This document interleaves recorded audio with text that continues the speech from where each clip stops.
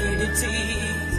பணம் இருந்தா மட்டும் தாண்டா மதிப்பாங்கனோ தெரிஞ்சிடுச்சு. ஏழப்பட்ட குடும்பம் என்ன சொந்த எல்லாம் என்ன ஒதுக்கிடுச்சு. பணம் இருந்தா மட்டும் தாண்டா மதிப்பாங்கனோ தெரிஞ்சிடுச்சு. இருக்க கூட நீடி இல்ல பத்துக்கும் நாங்க ரோட்டு வரோனா. கஷ்டப்பட்டு வளர்ந்தாதான் என் தாயின் பட்ட துயர் தீரும். அடுத்த ஒரு ஜென்மடா தாய் செருப்பாக நான் பொறக்கணுமா.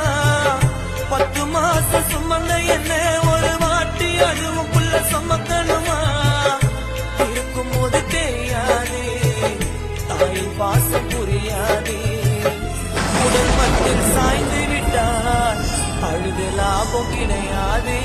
தெய்வத்தை நான் பார்த்துட்டேன் என் தாயோட ஒரு